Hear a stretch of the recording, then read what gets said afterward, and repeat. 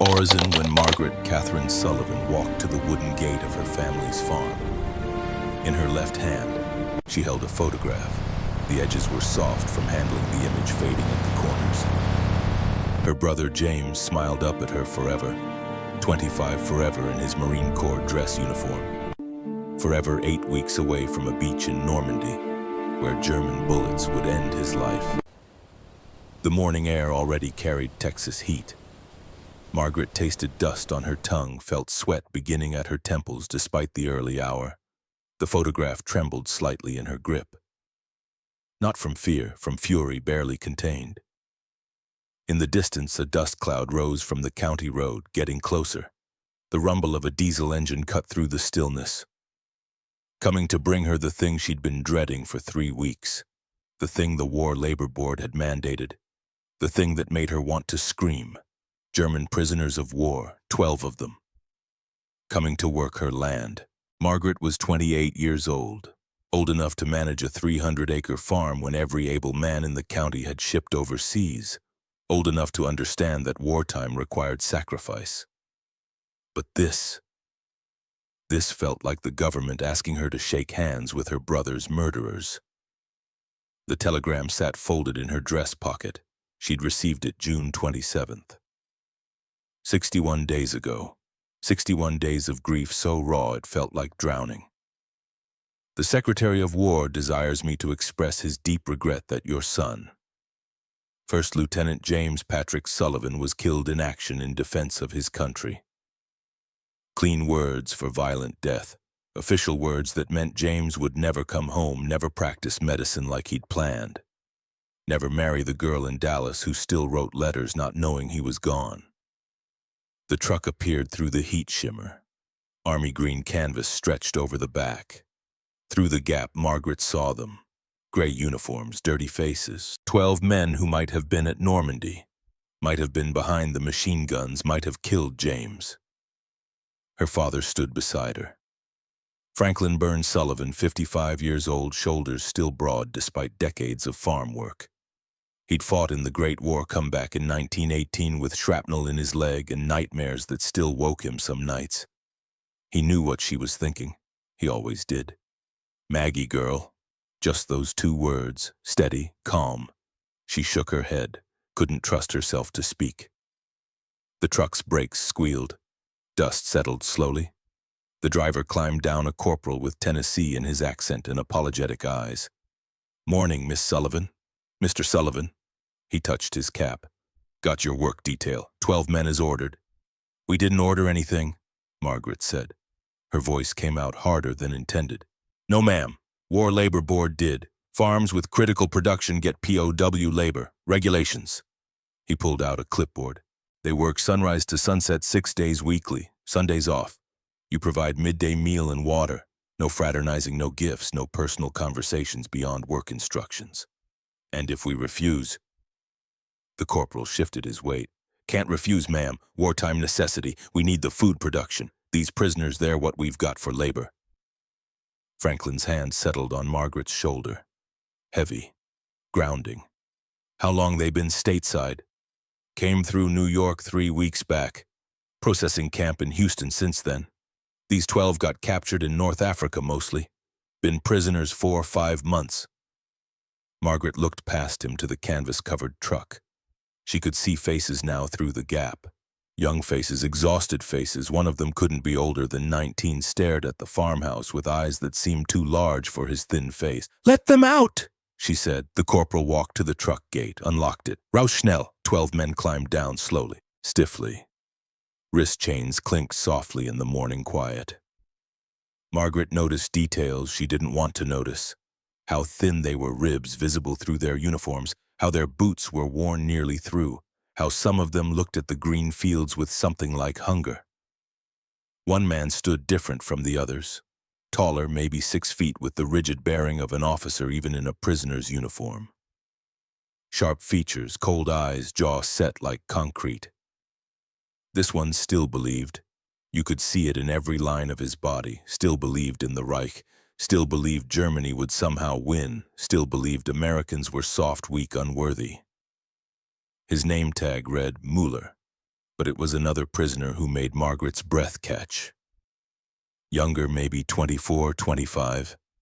Thinner than the rest, if that was possible. His gray uniform hung on him like scarecrow clothes, but his eyes were what struck her. Not cold like Muller's, not hard, just empty. Like a man who'd seen too much and couldn't unsee it. Like someone who'd stopped believing in anything at all. His name tag read Weber. The corporal lined them up. 12 men in the climbing heat. The youngest, the one who'd stared at the farmhouse, swayed slightly. Margaret wondered when any of them had last eaten a full meal. "These men have some English," the corporal explained. "Muller there, he's ranking NCO. He translates when needed." He turned to the prisoners, switched to German. "Dies is Sullivan Farm. Sie werden hier arbeiten, verstehen?" "Ja," Muller said. His voice was iron. "We are verstehen." The corporal handed Margaret a folder. "Work assignments, regulations, emergency contacts, MP stations 8 miles south. But you won't need them. These men know the consequences." Engines starting. Truck pulling away. Dust rising again. And Margaret stood facing 12 German soldiers. 12 men who wore the same uniform as the ones who'd killed James. 12 enemies on her land. 7 weeks ago, she'd wanted every German dead. Had screamed it into her pillow at night. Had imagined burning cities, destroyed armies, absolute vengeance for every drop of James's blood. Now 12 of them stood in her yard waiting for orders. Franklin stepped forward. "Gentlemen." His voice carried the weight of a man who'd been to war and understood things civilians didn't. "You'll work the South Fields today, cotton picking, simple work. My daughter will show you the tools, explain the system. Work hard, you'll be treated fairly. Cause trouble, the MPs handle it. Clear?" Muller translated rapidly. The men nodded, all except Weber, who just stood there staring at nothing. "This way," Margaret said. Started walking toward the barn, didn't look back. Heard their footsteps following, the clink of chains, the shuffle of worn boots on hard Texas soil. The barn was cool inside, dim after the bright sun. It smelled of hay and old wood and 3 generations of farm work. Margaret pointed to cotton sacks stacked against the wall. "Each man takes 1 sack, fill it, bring it back. We weigh it, empty it, you get another. Water break every 2 hours, midday meal under the oak tree out back." Muller translated. The men moved to collect sacks, all except Weber. He'd stopped, was staring at something on the wall. James's photograph. The larger copy Franklin had hung there. James in his uniform. James smiling that smile that had charmed every girl in 3 counties. James who would never smile again. Weber's face changed. Just for a second, something moved behind those empty eyes. Recognition. Pain. Shared grief, maybe. "Are a brooder?" he asked quietly. Your brother Margaret felt ice in her chest. "Don't!" Her voice shook. "Don't you dare speak about him." Weber looked down, nodded once, took a sack and walked out into the sunlight. The morning stretched long and brutal under the August sun.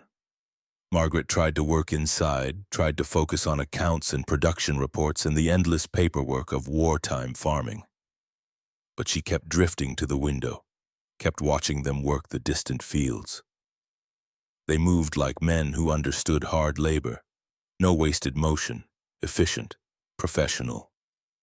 Muller walked the rows like a sergeant on inspection, maintaining discipline even here, even as prisoners on enemy soil. The youngest one, Margaret had heard someone call him Hans, worked slower than the others. Not from laziness, from weakness. He was starving. They all were, but Hans looked closest to collapse. At 10 o'clock, Franklin took water to them. Margaret watched from the kitchen window. Watched them drink like men who'd been thirsty for months. Watched Weber cup water in his hands and splash it on his face, eyes closed, face tilted toward sky like he was praying. Questions came unbidden. Where had these men fought? Which battles had any of them been at Normandy on June 6th when James died? Did they have families? Mothers waiting for letters, sisters wondering if they'd ever come home. And the question she hated most. If James had been captured instead of killed, would some German woman be watching him work her fields right now? Hating him the way Margaret hated these men, at noon Franklin set up the meal under the old oak tree. Not much.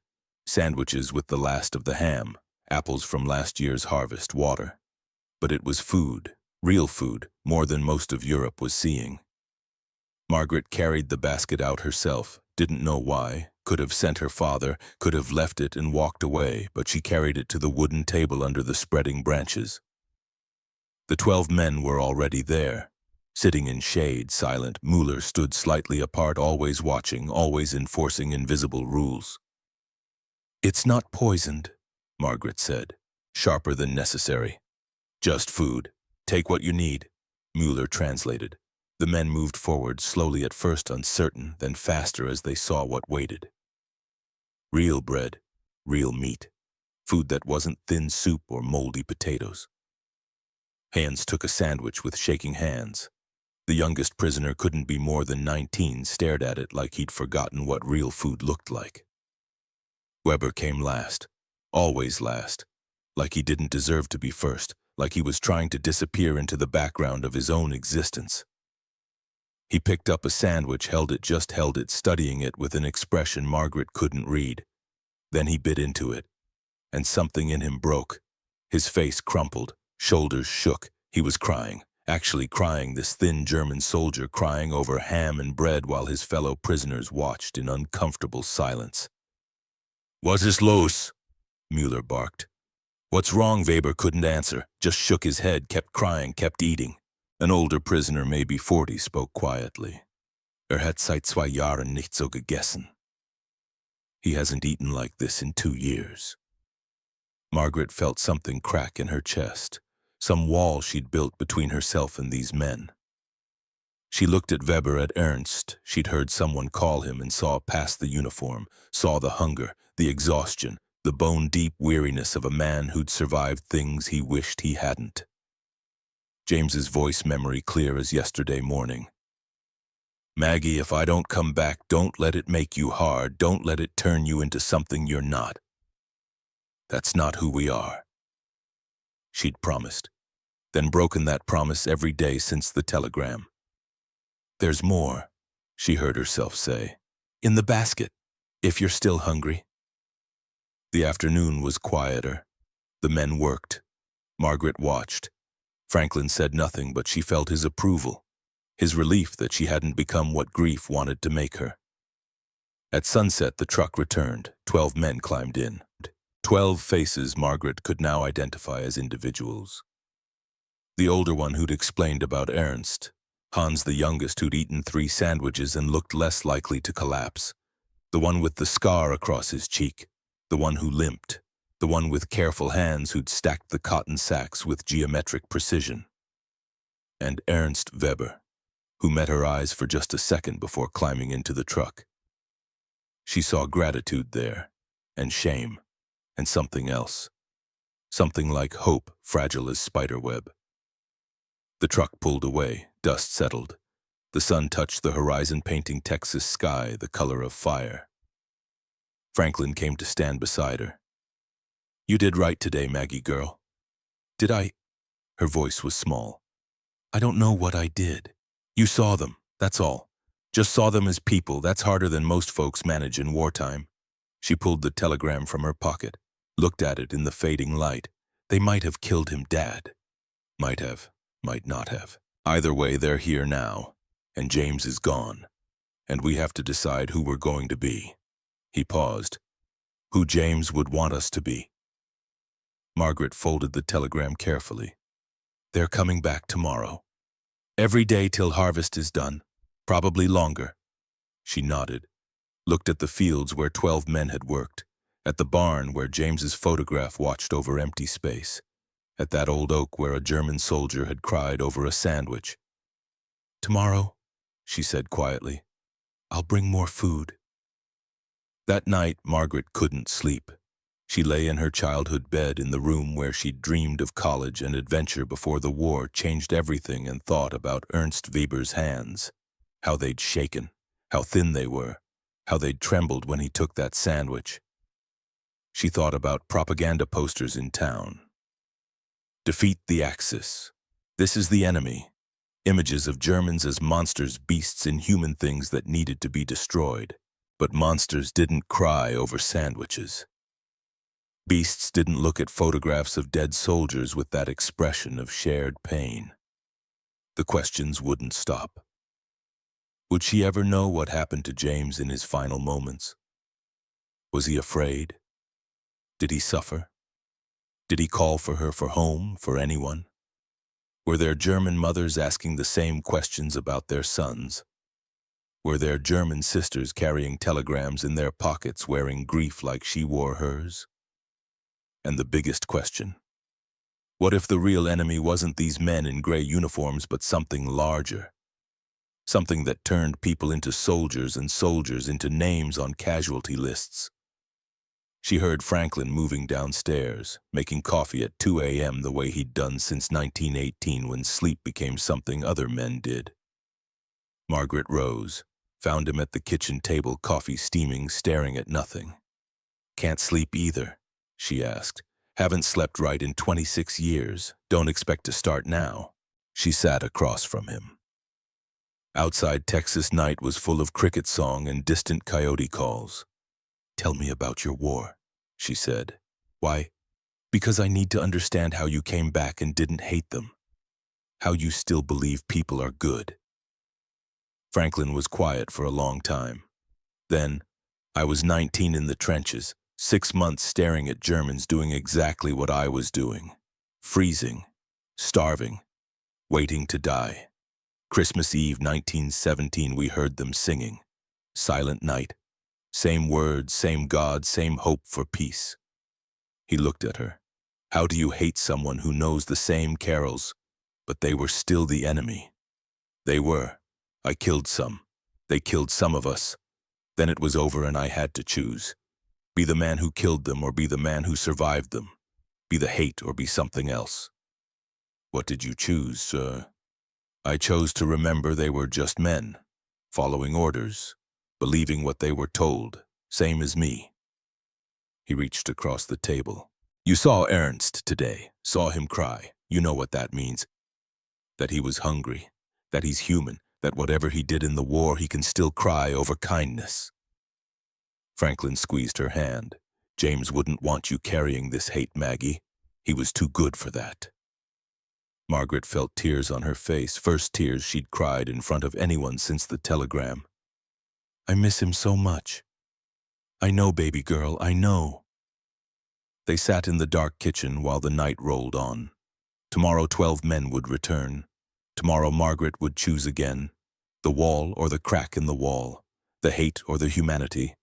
She didn't know yet which way she'd fall. But for the first time since James died, she felt like maybe, just maybe, there was a choice to make. And lying in bed later, sleep finally coming as dawn approached. Margaret thought about Ernst's hands again. How young they were. How broken. She thought about a question she'd never asked before. What was his first name? Did he have family? Did someone love him the way she'd loved James? The questions scared her, because questions led to understanding, and understanding felt like betrayal of everything James had died for. But his voice was in her head again. "Don't let it make you hard, Maggie." Tomorrow, she decided. Tomorrow she'd ask just one question, just to see what happened when you treated an enemy like a person, just to see if the wall could crack a little wider. The second day, Ernst Weber arrived wearing a pair of gray wool gloves despite the August heat. Margaret noticed because everyone else had bare hands, but Ernst kept those gloves on even as sweat darkened his collar. She didn't ask about them, not yet, but she noticed, and the questions kept accumulating like debts she didn't know how to pay. The second week of September, Margaret brought lemonade to the south field. She told herself it was practical. The men worked hard. Dehydration would slow production. This was about efficiency, nothing more. But the truth sat heavier. She'd spent 6 nights thinking about Ernst Weber crying over a sandwich, about those wool gloves he never removed, about the way he worked like labor itself could somehow pay for sins she didn't know but suspected were terrible. She carried a ceramic pitcher and 12 tin cups on a tray her mother had used for church socials. The men were spread across 4 rows, moving through cotton with the methodical precision of soldiers who'd learned efficiency was survival. Klaus Müller walked the perimeter, maintaining order even in captivity that should have broken his rigid discipline. Franklin saw her coming, raised an eyebrow, said nothing, just took the tray and set it on the Ford's tailgate. "Water break," he called. Then in German learned 3 decades past, Wasserpause. The men came slowly, still uncertain, still waiting for the American kindness to reveal itself as trap or trick. Müller came first, always first, keeping the old hierarchy alive in this new world. Margaret poured, handed cups to men whose names she was learning despite herself. The older one was Johann. The one with the scar was Dieter. The careful one was Friedrich. And Hans, the youngest at 19, took his cup with both hands like it might escape. Ernst came last, always trying to disappear. She handed him the cup. Their fingers touched. His were rough despite the gloves he'd finally removed. Calloused, marked with small scars she recognized as barbed wire cuts. "Thank you," he said in careful English, 2 words that sounded like prayer. And Margaret asked the question she'd promised herself she would ask. "What's your first name?" Ernst looked up, surprised. Prisoners didn't have first names, they had numbers, ranks, designations. They were the enemy that captured the defeated, not people whose mothers had named them. "Ernst," he said quietly. "Ernst Weber." "Ernst." She tried the sound, foreign, German, but human. "I'm Margaret. People call me Maggie." Müller turned sharply, stared. The rules were explicit: no fraternizing, no personal conversations, no friendship between conquered and conqueror. But Franklin was there, standing between them and Müller's hard gaze. "Man's got a name," he said mildly. "No harm in knowing it." The moment passed. Ernst took his water and stepped back. But something had shifted. Some invisible line had been crossed. Margaret had asked. Ernst had answered. And now he was Ernst, not just another gray uniform in a war that wouldn't end. September became rhythm. Sunrise arrival, sunset departure, cotton and corn and fence posts and the 1,000 tasks that kept a farm breathing while every American man who could fight was somewhere else fighting. Margaret watched Ernst. Didn't mean to, couldn't help it. Watched how he worked with quiet intensity like the labor was penance for something. Watched how he sometimes stopped mid-motion, lost in memories she couldn't reach. Watched how he ate his midday meal slowly, carefully, like each bite was grace he didn't deserve. And she watched those gloves, how he'd wear them in the truck, remove them for work, put them back on immediately after, like they were armor, like they protected something precious. On a Tuesday in mid-September, she found him alone under that old oak during the meal break. The other men played cards, shared cigarettes. Franklin provided, talked in low German about home and war and the strange mercy of American captivity. Ernst sat with his back against the trunk, eyes closed. Those gloves beside him on the grass. Margaret sat down, didn't ask permission, just sat. He opened his eyes, looked at her, waited. "You're different from the others," she said. "Yes." "Why?" Ernst was quiet so long she thought he wouldn't answer. When he spoke, his English came slow, each word carefully chosen. "I was teacher before war.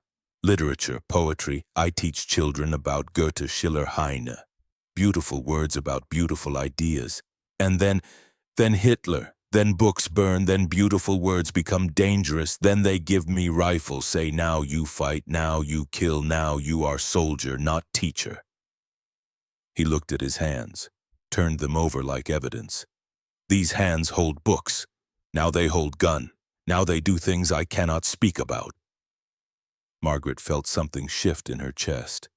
"My brother wanted to be a doctor, was studying at Texas A&M, then Pearl Harbor. Then he was a Marine. Then he was dead on a beach in France." Ernst closed his eyes. "I am sorry. Are you—" The question came harder than she meant it. "Really, or is that just what you say?" He opened his eyes. met her gaze directly. I am sorry that war makes us into things we are not. Sorry that good men die because other men tell them to. Sorry your brother never becomes doctor. Sorry I never teach again. Sorry for all of it. They sat in silence, heavy with shared loss. Did you kill anyone? Margaret asked. Needed to ask. Needed to know. Yes, just that. No excuses, no explanations, just yes. Did you want to? No. But I do it anyway because if I do not, they shoot me, and I want to live. Even when living feels like dying, I want to live. His voice cracked. I am coward. No, Margaret said, meant it. A coward wouldn't admit it. The meal break ended. Ernst stood, started to walk away, stopped, turned back. You ask why I am different. I tell you, other men they still believe Germany is right, believe war is necessary, believe Hitler knows what he does. They are prisoners of war. I am prisoner of myself. That is difference. He walked back to the cotton, leaving Margaret under that spreading oak, thinking about cowardice and courage and the murky space between them. The English lessons started by accident. Late September, Ernst was repairing fence posts near the barn. Margaret was supposedly doing accounts but found herself watching him work. He was singing something under his breath. German words she couldn't understand, but the melody was haunting, beautiful, sad. What's that song? She called. He stopped, looked embarrassed. Old song from home. About autumn, about leaves falling, about time passing. Teach me. Why? Because I want to know. So he taught her. Der Herbstwind weht. The autumn wind blows, phrase by phrase. His German, her English. Her pronunciation was terrible. He tried not to smile at her massacred vowels. Failed. Then she was teaching him. English words he needed. Names of tools, types of crops, bigger words too. Democracy, freedom, justice. One afternoon in early October, she tried to explain forgiveness. Forgiveness, Ernst repeated slowly. What means this? It means letting go of anger, choosing not to hold grudges, giving someone another chance after they hurt you. He frowned, thinking hard. In German we say Vergebung, but is not same. Vergebung is religious word, from God, not from person to person. Maybe that's the problem, Margaret said. Maybe we wait for God to forgive when we should be doing it ourselves. Ernst studied her face. Can you forgive? I don't know, she said honestly. I'm trying. The lessons became routine. 30 minutes after the midday meal while other men rested, Ernst and Margaret under the oak tree trading words like gifts. Franklin watched from a distance and said nothing, but Margaret saw approval in his eyes. Muller watched too, and his eyes held something else entirely, something dark and growing darker. October brought cooler weather and new tension. Letters from Germany started arriving, sporadic, heavily censored, but real.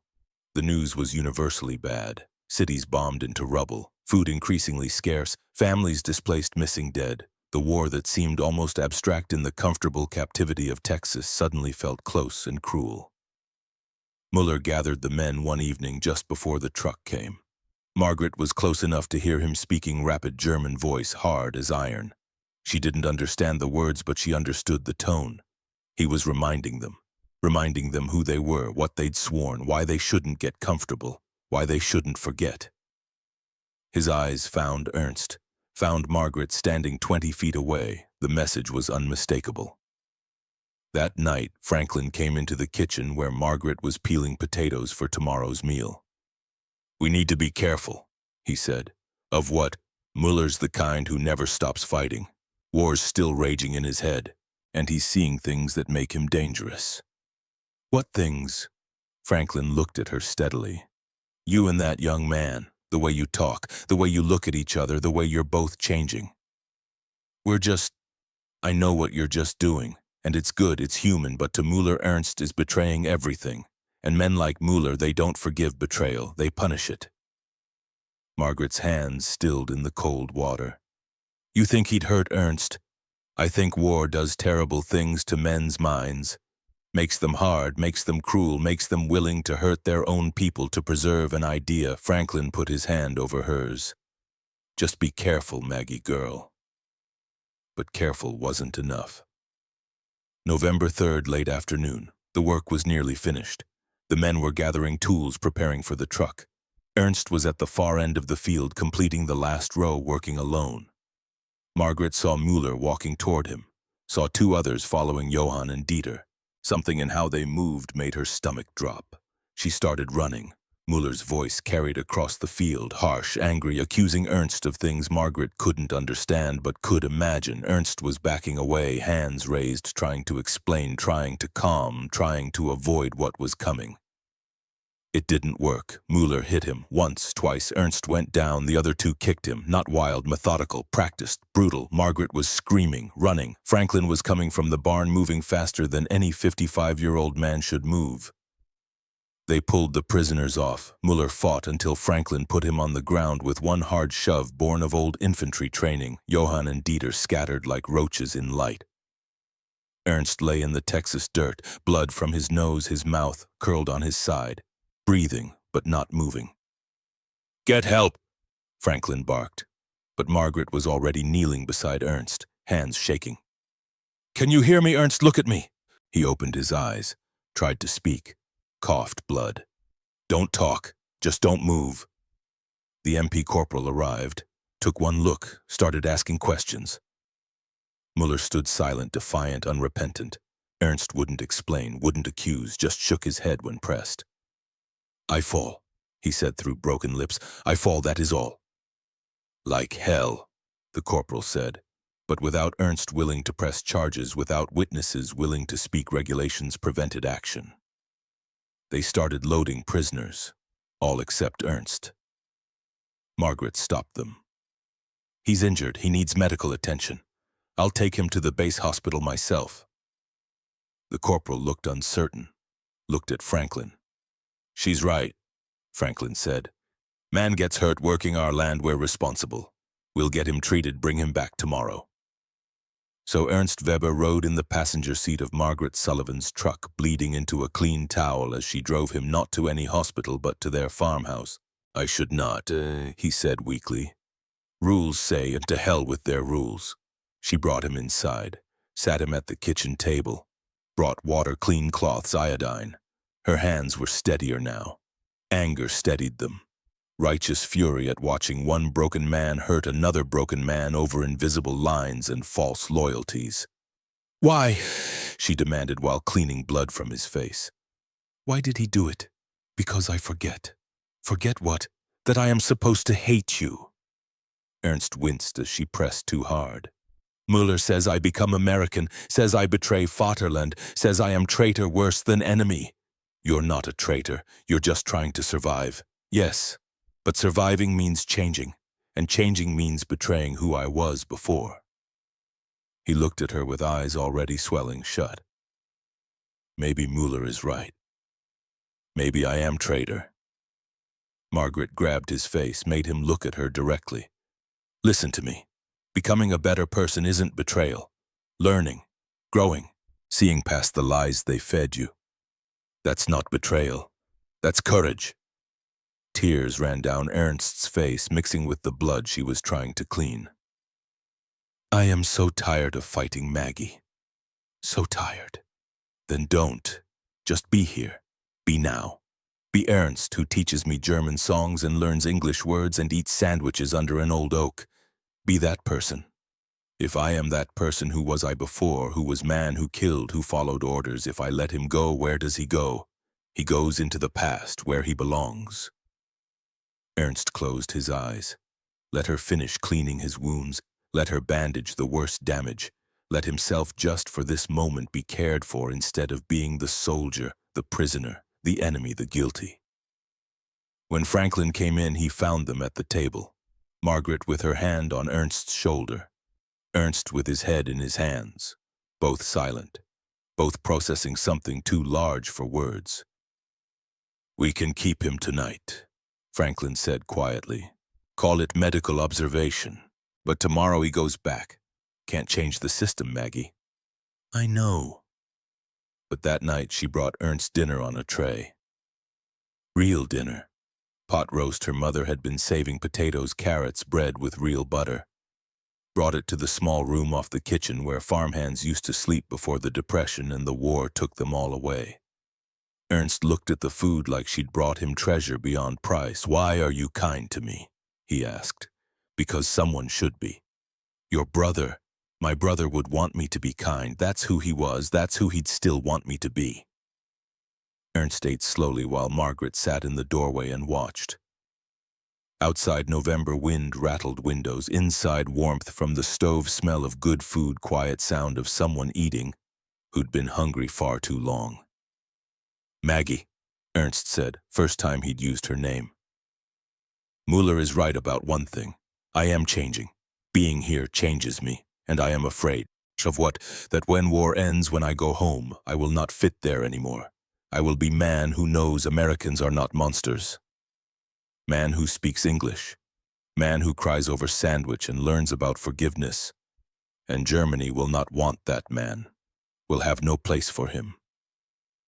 Then maybe you help build a new Germany. Better Germany. Or maybe," he said very quietly, "maybe I stay here, in place where I am allowed to change, where being different is not betrayal." The words hung dangerous and impossible between them. Words that meant treason to Muller and his kind. Words that meant hope to a broken teacher who'd never wanted to be a soldier. Margaret didn't answer, didn't know how.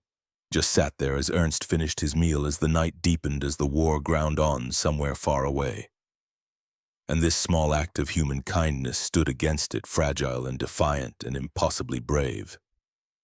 The next morning, Ernst went back to the barracks, back to the other prisoners, back to Muller's cold stare and the unspoken threat in every glance. But something had changed. Other prisoners saw it, saw the bandages, saw that the Americans had taken him in, cared for him, fed him, saw that he'd survived Muller's punishment and come back stronger somehow. More certain. A few started asking Margaret questions during the midday meal. Careful questions, quiet questions, about America, about Texas, about how things really were here versus what propaganda had promised. Muller watched, seethed, waited. November became December. War news was mixed. Germany retreating in some places, fighting desperately in others. Christmas approaching. First Christmas in captivity for these 12 men. First Christmas without James for Margaret. On December 20th, Franklin suggested something Margaret never expected. "A real meal," he said, "for Christmas Day. Turkey if we can manage it. All the fixings. Let them have one day that feels like home instead of prison." Margaret looked at him. "Why?" "Because it's Christmas. Because they're far from home. Because someone should show them kindness." Her own words coming back from her father's mouth. Because someone should. "Okay," she said. "We'll do it." She didn't know yet that this Christmas dinner would break something open. Didn't know that Klaus Muller would receive news that would shatter his rigid certainty into 1,000 pieces. Didn't know that 12 men would sit at a table and remember what it felt like to be human instead of soldier person, instead of prisoner man, instead of weapon. December 24th, Margaret and her mother cooked all day. Turkey from a neighbor who'd saved his best bird, dressing with sage from the garden, sweet potatoes, green beans canned last summer, cornbread, apple pie, enough to feed 12 hungry men who'd spent too many Christmases hungry. Ernst helped set up tables under that old oak. His face had healed bruises fading to yellow and green. But something in his eyes had changed. Some wall had come down. He smiled now sometimes, taught other prisoners English words. Sang German carols while working, shared hope like it was contagious. Muller watched with growing fury. That evening, just before dinner, a military jeep pulled up. An officer climbed out, walked to where prisoners waited, called Muller's name. Everyone watched as Muller received the telegram, watched his hands shake as he read, watched his face crumble wall by wall as the words destroyed him. His wife, his daughter Anna, 6 years old, Dresden, Allied bombing raid, December 15th, 5 days ago, gone, both of them, gone. The hardest man Margaret had ever seen fell to his knees in Texas dirt and wept like a child whose world had ended. 30 years of military discipline shattered in seconds. Everything he'd believed, everything he'd fought for, everything he'd used to justify his cruelty and his certainty. Gone. All of it. Gone. Ernst moved first, walked to Mueller, knelt beside the man who'd beaten him, put his hand on that shaking shoulder. No words, just presence. Just humanity recognizing humanity in its rawest, most broken form. Franklin brought water. Margaret brought a chair. One by one, other prisoners gathered around, not as soldiers, not as Nazis or believers or fanatics, just as men who understood loss because loss was all any of them had left. That night they ate Christmas dinner in near silence. 12 German prisoners and 2 American farmers and 1 American woman who'd lost her brother and learned to see past her grief. The food was good, the company was broken, the moment was sacred. After dinner, Ernst approached Margaret. He held something small, wooden, rough carved but beautiful. "I make this," he said, "for you, for Christmas." It was a cross, small enough to fit in her palm, and carved into the base in careful letters, James Patrick Sullivan. Margaret's vision blurred. "Ernst, he is not forgotten," Ernst said simply. "I promise you this, he is not forgotten." She held the wooden cross, felt its weight, felt the care in each cut, each curve, felt the apology in it, the acknowledgement, the humanity. And she did something she never thought possible. She hugged him, this German soldier, this enemy, this teacher forced to fight, this man who'd cried over sandwiches and learned about forgiveness and carved her brother's name into wood so she'd know he understood. "Thank you," she whispered. "Thank you." When she stepped back, she saw Mueller watching, but the hardness was gone, just emptiness now, just grief. She walked to him, held out her hand. "I'm sorry for what you lost." He looked at her hand, at her face, at the kindness he'd spent months fighting, and slowly, so slowly, he took it. "Danke," he said. "Thank you." And the war for just one moment stopped. The telegram came May 8, 1945, Victory in Europe Day. Margaret heard it on the kitchen radio, her mother's hands dusted with flour. Franklin reading yesterday's paper because new ones were scarce. The announcer's voice crackled with exhausted triumph. Germany had surrendered. Hitler was dead. The 1,000-year Reich had lasted 12 years and was now ash and memory. It was over. Margaret walked outside. The May morning was clear, bright, perfect.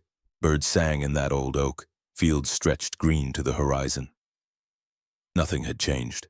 Everything had changed. At noon, the truck arrived. 12 men climbed down, but they moved differently. No longer prisoners awaiting punishment, just men awaiting a future they couldn't imagine. Ernst found Margaret by the barn. His face was complicated relief and sorrow woven together. "It's over," she said. "Yes. How do you feel?" He was quiet for a long time. "I do not know. Should feel happy, yes. War is done. Killing stops. But I think about home, what I will find there, who is still living." He looked at her directly. "And I think about here, about leaving this place, about not seeing you again." The words sat heavy between them. "When will they send you back?" "Soon, I think. Weeks, maybe. Months. They must organize everything. Must process thousands of prisoners, must find ships." He smiled sadly. "Once they cannot wait to capture us, now they cannot wait to send us away." Work continued. June became July. July became August. News filtered back from Germany. Cities were ruins, Berlin divided, the country occupied, carved between victors, food scarce, infrastructure destroyed, millions dead, millions more displaced. Letters began arriving. Ernst received 3 in August. He read them alone at the field's edge, shoulders hunched against news no one should bear. His mother dead. Starvation. His father disappeared during Soviet advance, presumed dead. His younger sister Greta alive, barely, in a displaced persons camp near Munich. His brother's grave somewhere near Stalingrad, location unknown. His house gone. his school rubble, his students scattered dead, lost to war. Everything he'd left behind had been erased. Margaret found him that evening under the oak letters in his hands. Those wool gloves, his mother's last gift, beside him on the grass. "Everyone is gone," he said simply. "Everyone except Greta. She is 17. She has no one." Margaret sat beside him, didn't touch, just sat. "What will you do?" "Go back. Must go back. My sister needs me." He looked at the letters. "I read these and I think, why am I alive? Why do I survive when so many do not? I live here in Texas, eating good food, learning English, making friends, and they die, they starve, they suffer. How is this fair?" "It's not fair, but it's not your fault." "Feels like fault. Feels like I betray them by living well while they die badly." "Ernst." She waited until he looked at her. "You didn't choose this. You didn't choose capture. You didn't choose to come here. You just survived. And survival isn't betrayal." Muller would say different.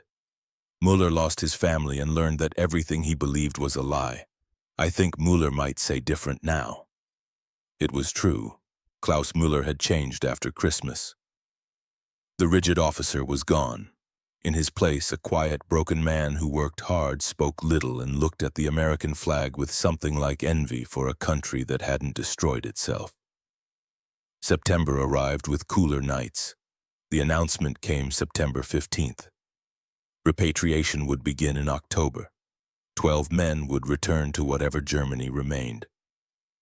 Franklin organized a farewell dinner for the last Sunday in September. Real food, good food, the kind of meal that said, "We saw you, we knew you, you mattered." After dinner, Ernst walked with Margaret to the property's edge. Sun was setting, painting Texas sky in colors Germany would never see. "I have something for you," he said. He pulled out those gray wool gloves, the ones he'd worn despite heat, the ones his mother had knitted. The last thing she'd given him before war consumed everything. "My mother makes these," he said, voice thick. "Last thing she gives me before I go to war. I keep them. When everything else is lost, I keep them." He held them out. "I want you to have them." "Ernst, I can't. They're all you have left of her. Is why I give them.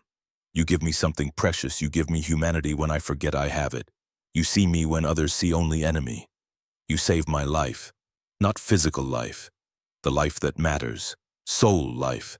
My mother would want me to give them to person who does this." Margaret took the gloves, felt wool soft and worn under her fingers, felt the weight of what they meant. "I'll keep them safe," she whispered. "I promise. And I will write to you, if you permit. Tell you about Germany, about Greta, about everything. And maybe you write back. Maybe you tell me about farm, about Texas, about America. And I remember there is still kindness in world. I'll write back. Every letter. I promise." They stood in dying light. Two people who should have been enemies. Two people who'd found something else instead. Something without a name in English or German. Something that transcended the war that brought them together and the peace tearing them apart. "I will miss you," Ernst said. "I'll miss you too." He reached into his pocket, pulled out a photograph. Old faded corners soft from handling. "This is picture I give you. First day. Remember, you keep safe for me." Margaret remembered. The photograph handed to her with shaking hands face down. She'd put it in a drawer. Forgotten it in the months that followed. "What is it?" "Turn it over." She did. Saw a woman's face. Older kind, smiling at the camera. Written on the back in German script, "Sei freundlich zu jedem, der das findet." What does it say? "Be kind to whoever finds this," is my mother. Last thing she tells me before war, be kind. Even to enemies, even when hard, be kind. His voice broke. She knows somehow. Knows I will need to remember this. Margaret looked at the photograph.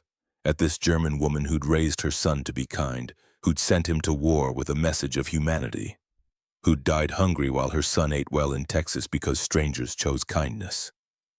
"She would be proud of you," Margaret said. "I hope so. I hope she sees somehow that I remember, that I try." The truck came October 3rd. 12 men loaded their few belongings. 12 men who'd arrived as enemies, leaving as something else. Not quite friends, not quite American, but not enemies anymore.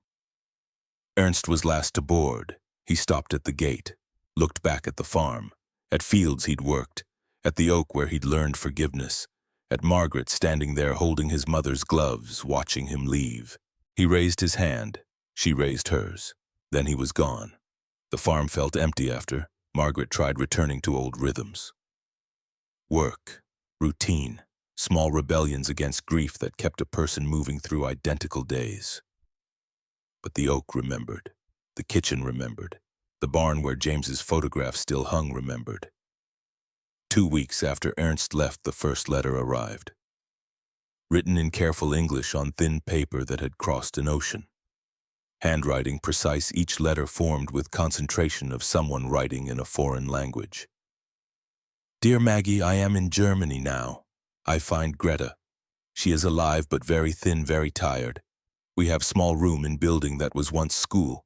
Many people here all looking for family, for home, for future that seems impossible. Germany is not like I remember.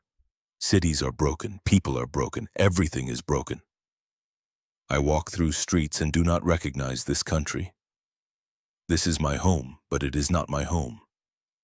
I think about farm, about oak tree, about lemonade in August heat, about Christmas dinner, about your face when I give you cross with James's name. These memories keep me strong. Thank you for letting me know there is still good in world. I do not forget this. I never forget. Your friend Ernst. Margaret read it 3 times, then she sat down and wrote back. Dear Ernst, Greta is lucky to have you. Hold tight to each other. Family is what survives when everything else is lost. The farm is quiet without you all. Strange how 12 German prisoners became part of the rhythm here. That old oak looks empty without men sitting in its shade. I kept your mother's gloves in a box with James's things. Seemed right somehow. 2 people I loved, 2 pieces of them together. Write again when you can. Tell me everything. Good and bad. I want to know. Your friend Margaret.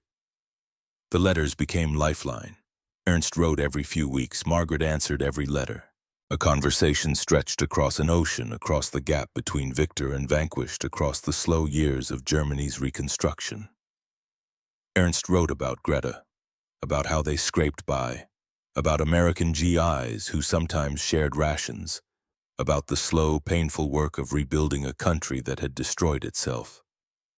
Margaret wrote about the farm, about Franklin's health declining, about seasons passing, about the world moving forward while she stayed in the same place doing the same work, waiting for something she couldn't name.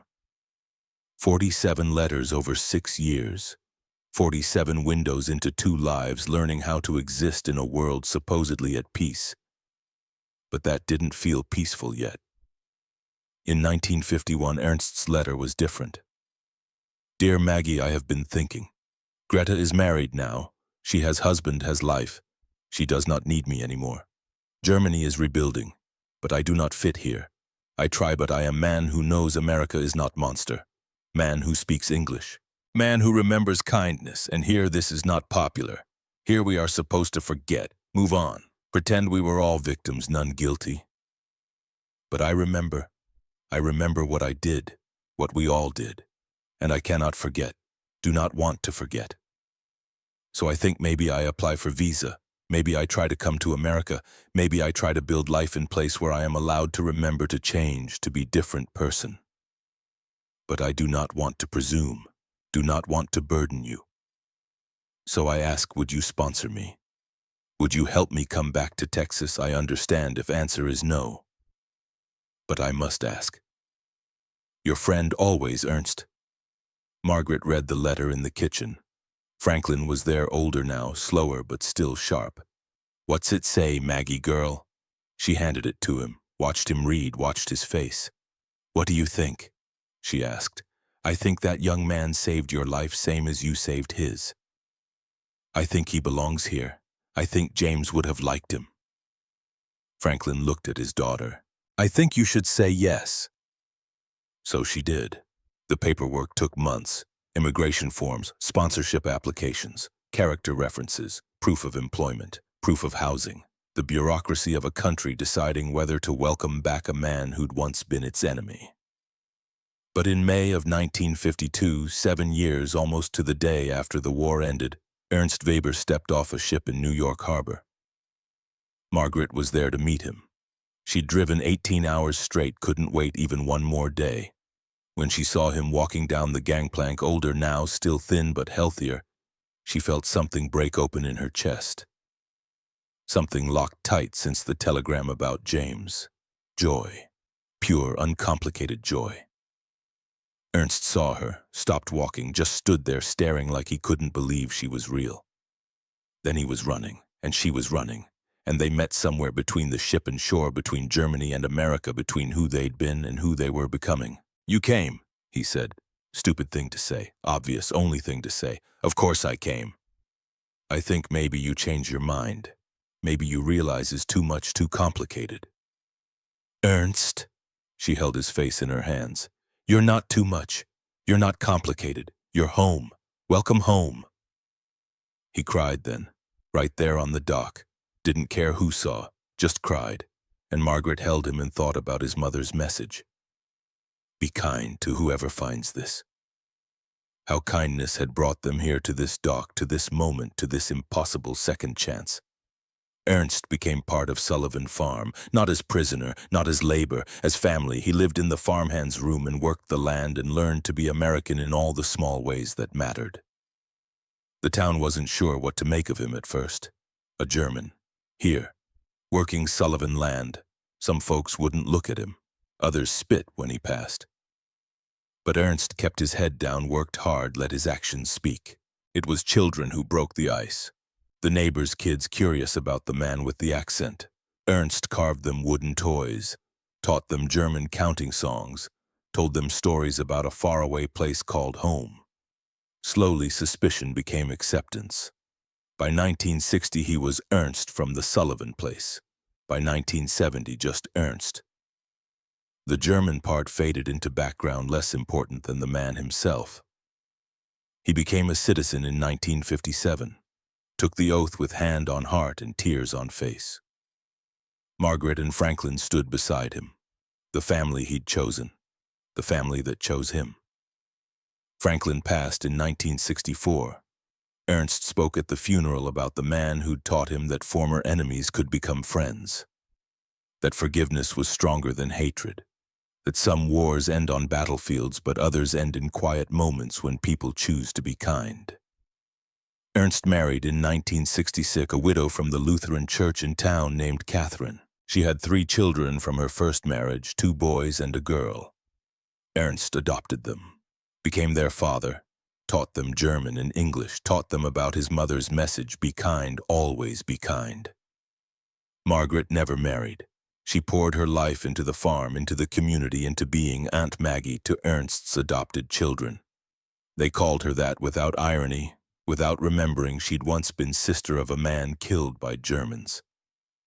She was just Aunt Maggie who always had cookies and patience and stories about the old days. The 70s brought change. The farm expanded, the town grew. The generation that fought the war was getting old, starting to die off, starting to pass into history. But Margaret and Ernst remained. 2 constants. 2 people whose friendship had outlasted the war that created it. In 1984, on a warm September afternoon, they sat under that old oak. Same tree where Ernst had first cried over a sandwich. Same place where Margaret had first taught him the word forgiveness. Same spreading branches that had witnessed their transformation from enemy and victim to friends who were family. Ernst was 64 now. Margaret was 68, both showing the years, both carrying memories no one else could truly understand. "You ever regret it?" Ernst asked. "Sponsoring me, bringing me back?" "Never, not once. Only that I could not bring my mother. Could not show her what became of her message, could not tell her that it worked, that kindness saved me." Margaret reached into her pocket, pulled out something wrapped in tissue paper. "I want to show you something." She unwrapped it carefully. Inside was a frame. and inside the frame the wool gloves, gray, worn, precious beyond measure. "I've kept them all these years," she said, "kept them safe like you asked. And I want you to know, Ernst, what they mean to me. They're proof that people can change, that enemies can become family, that your mother was right about everything." Ernst touched the glass covering the gloves. "She would like you very much, I think. Would say, 'This is daughter I wish I had.' And James would have liked you. Would have called you brother, I think. Would have been glad we found each other." They sat in comfortable silence, the kind that only comes after decades of friendship, after all words have been said and all that's left is understanding. "Maggie," Ernst said eventually, "there is something I never tell you, something I should have said years ago." "What's that?" "That day, August 15th, 1944, when we arrive, when I see you standing at gate holding photograph of James, I make promise to myself." He looked at her. "I promise that if I survive this, if I live through being prisoner, I will become man worthy of your kindness. I will become man who deserves second chance. And every day since, every single day, I try to keep that promise." Margaret felt tears on her face. You kept it every day. Because of you. Because you see me when I cannot see myself. Because you choose forgiveness when you have every reason to choose hate." The sun was setting, painting the sky the colors of August 1944 when everything began, when 12 prisoners arrived and one woman chose to see them as human. "We saved each other," Margaret said. "That's what really happened. I was drowning in grief and you were drowning in guilt, and we pulled each other to shore." Ernst nodded. "Is good way to say it." They sat until dark.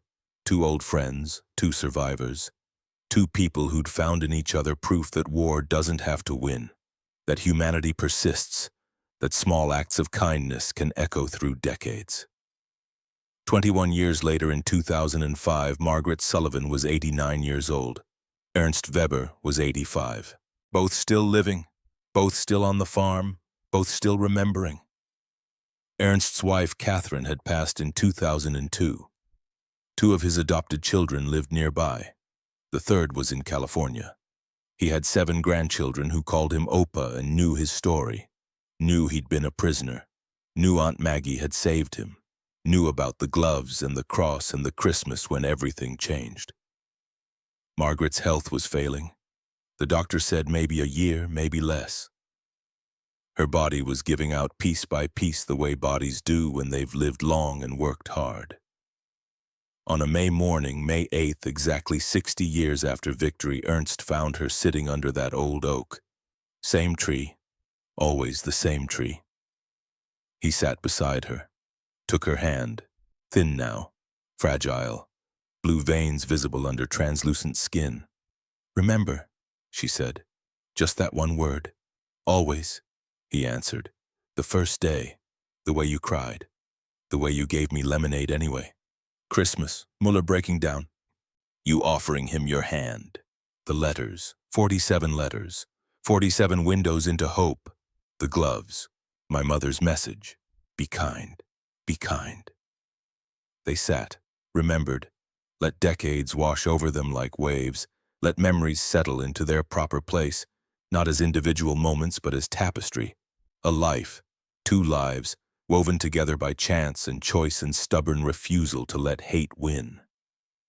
Margaret looked at the farmhouse, at the barn where James's photograph still hung, at the fields Ernst had worked as prisoner and later as partner, as family, as the son Franklin never had.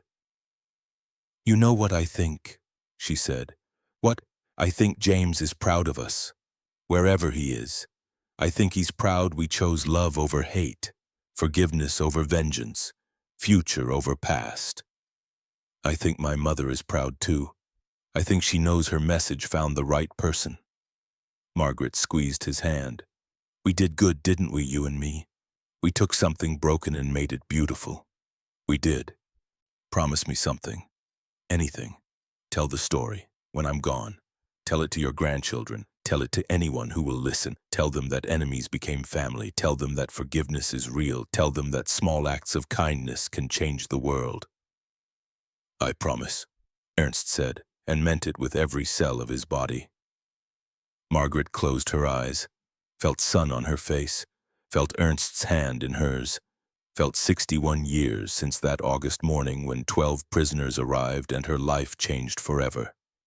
Thank you, she whispered, for everything, for letting me save you, for saving me back. Thank you, Ernst whispered, for seeing me, for teaching me forgiveness, for being my family. They sat under that spreading oak until evening, until shadows grew long, until it was time to go inside. And when Ernst helped Margaret to her feet, when he supported her weight as they walked slowly back to the house, he thought about his mother's gloves in their frame on Maggie's wall, thought about James's photograph in the barn, thought about all the ghosts that had brought them here, and he thought about the future, about his grandchildren who would know this story, about generations to come who would need to hear it, about how war creates enemies but humans create families, about how the strongest weapon against hatred is the simple, stubborn choice to be kind.